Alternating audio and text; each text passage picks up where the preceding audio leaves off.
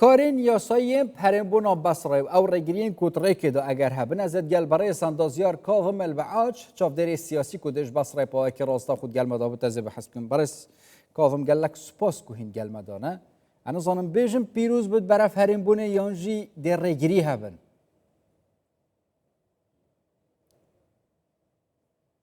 صباح الخير عليك حبيبي استاذ. بأنتم باش زور سپاس لەو بینەرانی کوردستان 24 ئێمە پێمان وایە تۆزێکی ماوە بۆ پیرۆزباییکردن چونکە بەڕاستی چەندین ساڵە ئێمە داوای بە هەرێمکردنی بەسرە دەکەین لەگەڵ ئەوەشدا ئەستەنگ و ئاڵنگاریمان لە بەردەم ئەو داواکاریەماندا هەن ئێمە لە ساڵی 2008ەوە کۆمەڵی قۆناغی داواکاری هەبووە لە ساڵی 2008 داواکارێکی ڕاستەقینە هەبوو لەلایەن ئەنجومەنی پارێزگای بەسڕەوە دواتریش داواکاریەکە بووە لە ساڵی 2014 بووە جوڵەیەکی جەماوەری ئەو کاتە زۆرینەی دەنگ خەڵک لەگەڵ ئەوەدا بوون دەنگەکانیش دەنێدرێن بۆ کۆمسیۆنی باڵای هەڵبژاردن واتە ئەو کات نێدران بەڵام لەگەڵ ئەوەشدا سەردەمی بەڕێز حەیدەر عەبادی بوو جموزۆڵێکی دیکەشمان هەبوو لە ئەنجومەنی پارێزگا بە هەمان شێوە لە ساڵی 2019 دوای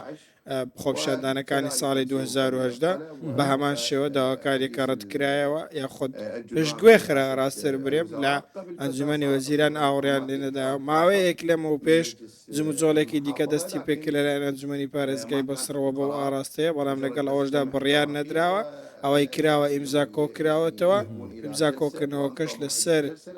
ئەو با بڵێم بنەمایە کە کۆبوونەوە بکرێت دوای ئەوەی 2002 خست بۆ دوای پێکێنانی حکوومەتی عێراق. باشە بۆ ئەڤروکە هیچ چ پێشبینیەتکن دێ ڕێگریین سیاسی هەبن یانژی دێن یاسایی هەبن ji بووی ku ev babete pişta piştî pêkînana hikûmetê ku biryar ser neyete dan. بۆ ئەوەی واقعی بین لەم بابەتە ئێمە وەکو جەماوەری بەسرە وەکو حکوومەتی خۆجەیی لەگەڵ ئەم داواکاریەدای ئەم داواکاریش بەجێ دەگەێنین بەسرە پایتەختی ئابووری عێراق داهاتێکی زۆری هەیە بەندەر و چەندین شتی دیکە هەیە وەکو سەبەتەی خۆراکی عێراق وایە لەگەڵ ئەوەشدا بەسرە کێشەی خزمەتگوزاری هەیە بەهۆی ئەوەی حکوومەتێک لە دوایەکەکانی عێراق وەستم حکوومەتی فدرالیە شکستی هێناوە لە بڕیاری یەکلاکەرەوە و پێشکەشکردنی خزمەتگوزاری بە هاوڵاتی بەسرا ئێمە داواکاریمان هەیە داواکارێکی ئێمەش پێمان وایە بەم شێوازە بەدیدێ لەگەڵ ئەوەشدا ئێمە ئەوای دەبینین کە بەسرا داهاتەکانی بەو شێوازە دەدۆشرێت کە داهاتەکانی بۆ خۆی تەرخان ناکرێتەوە پێمان وانە کە ئەنجامێکی ئەرێنی هەبوو بێت لە بەرژەوەندی هاوڵاتی کێشەکە یاخود ئاستەنگەکە لەکوێ وەکو ئاماژتان پێکرد لە حکوومەتی بەغدا حکوومەتی بەغدا هەرچەندە دەستور بە ڕاشکاوی دەڵێ کە پارێزگا مافی ئەوەی هەیە کە هەرێم پێک بهێنێ پارێزگایەکیان کۆمەڵە پارێزگا کەواتە بە هەرێمبوون داواکردنی سربەخۆیی نییە سربەخۆیەکی داراییە سربەخۆیەکی کارگێڕیە بەڵام داوا جیابوونەوە نییە لە عێراق ئێمە لە ماوەی 20 ساڵدا تاکەی چاوەڕێ بین تاکەی بەو شێوازە با بڵێم چاوەڕێ بین و تەنمیەکی ڕاستمان هەبێ. باشە ئەف دەمەکە تایبەتیژی ئەف بابەتە هەیە لێ نوکە گەرمتر لێ هاتیە حتا گەشتەوەی ڕۆدەی ڕەنگە زیکە بڕیارش سەر بێتە دۆن بۆچیت وی دەمیدا ئەف بابەتە گەرم بووە هیچ پەیوەندیە کە بوان گۆڕانکاریان هەیە ئەvێت ناوچەیەدا تایبەتیژی عێراقی کو تێنە بەحەسکردن یانژی ئیدی ئەڤە هەر ئەو داخۆزیە کو بەرێ تێتەکردن هەمووی ئەوەیژی دێ بەردەوام بن. بابەتەکە بەم شێوەیە ڕاستە شتەکە شتێکنی ئێستا دروست بوو بێ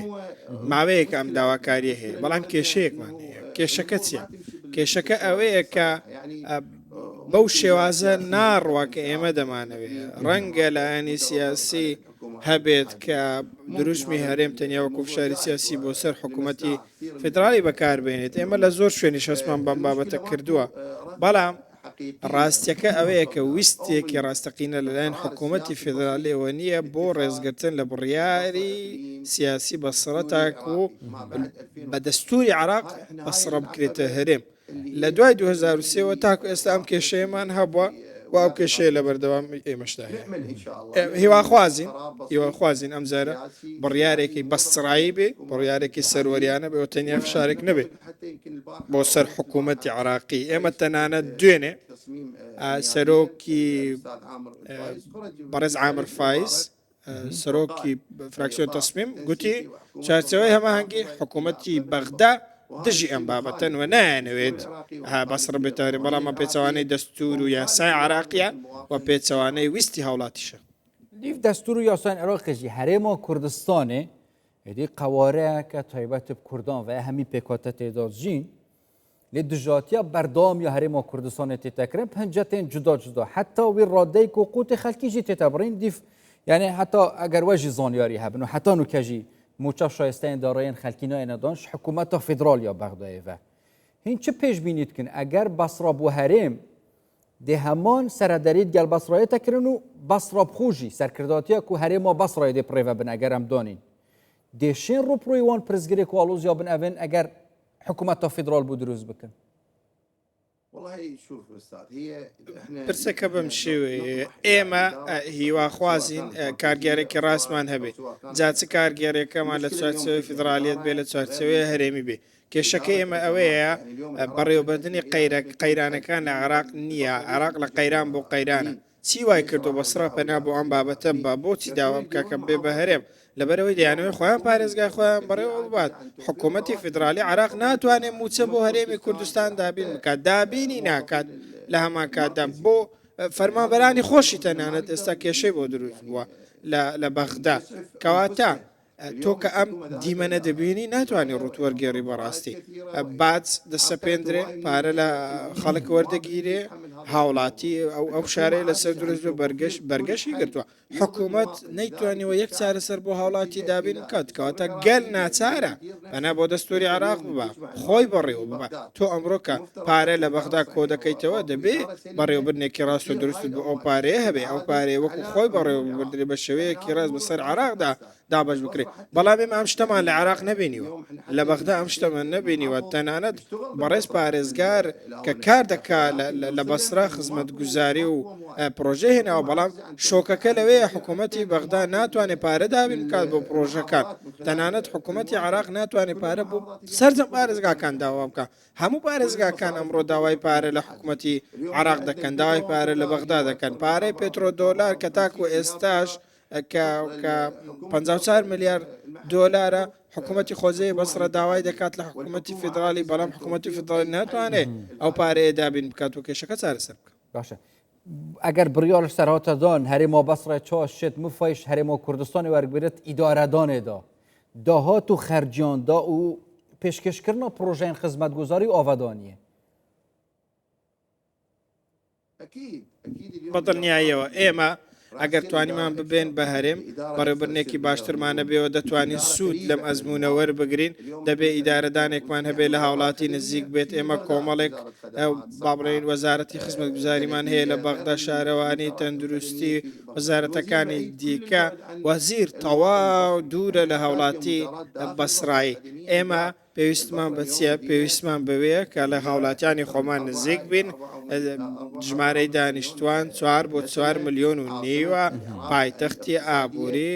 عێراقا پێویستی بە بەڕێوەبردنێکی نێوخۆیە لە نێو بەسرا پێویستی بە سەقامگیریەکی دارایی و ئابووریە پێویستی بە خەڵکێکە لە نێو بەسرە بەڕێوە ببن. بەڵام ئێمە ئەگەر هەر خەریکی ئەوە بین کە مامەڵەیەکمان هەبێ بچینە بەغدا مامەڵەکەمان ڕای بکەین بەڕاستی ئەم سەردەمە کۆتایی پێ هاتووە ئیتر باوی ئەوە نەماوە سەدەی ڕابردوو 50 ئەم دیاردەیە هەبوو نابێت ئەمە بمێنێت و ڕاست و دروست ئەوەیە کە داوای هەرێمی بەسرە دەکەین و دڵنیام ئەمە لە بەرژەوەندی حکوومەتێکی ساغڵەم و تەندروستشە. بەڵام ئێمە لە عێراق